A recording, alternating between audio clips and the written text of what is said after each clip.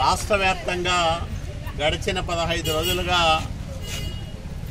పోరాడుతున్న అంగన్వాడీ సిబ్బంది సమ్మెకు ఆది నుంచి తెలుగుదేశం పార్టీ సంపూర్ణమైన మద్దతు ప్రకటిస్తూ వస్తూ ఉంది.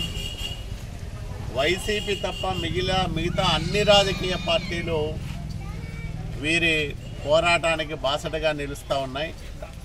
అంగన్వాడీల కోరికలు చాలా సమంజసమైనవి, సహేతుకమైనవి, ప్రభుత్వం తీర్చదగ్గవి, తీర్చాల్సినవి.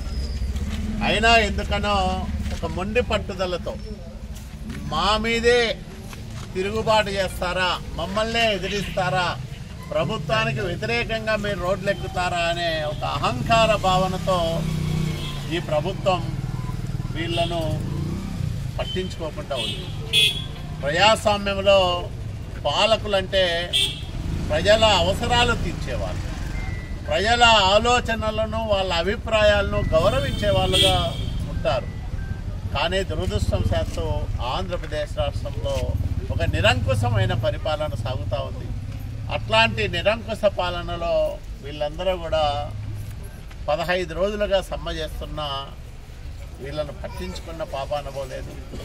వాళ్ళు అడుగుతున్నది మినీ సెంటర్లను మెయిన్ సెంటర్లుగా మార్చమని. జగన్మోహన్ రెడ్డి ఏదైతే చెప్పాడో పక్క రాష్ట్రాల కంటే మెరుగైన వేతనం ఆంధ్రప్రదేశ్ రాష్ట్రంలో ఇస్తామంటున్నారు.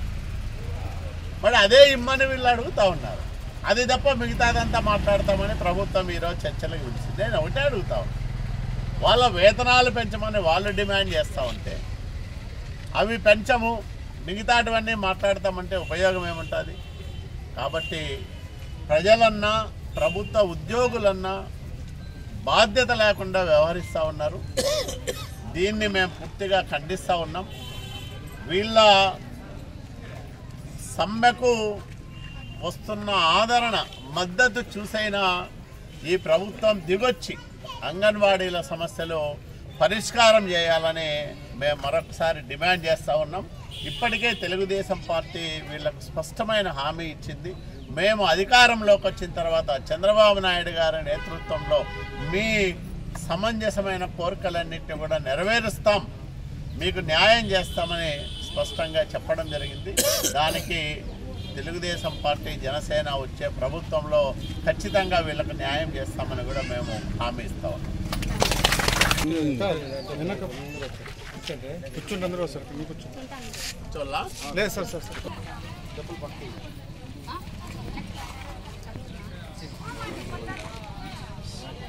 మళ్ళీ పేసి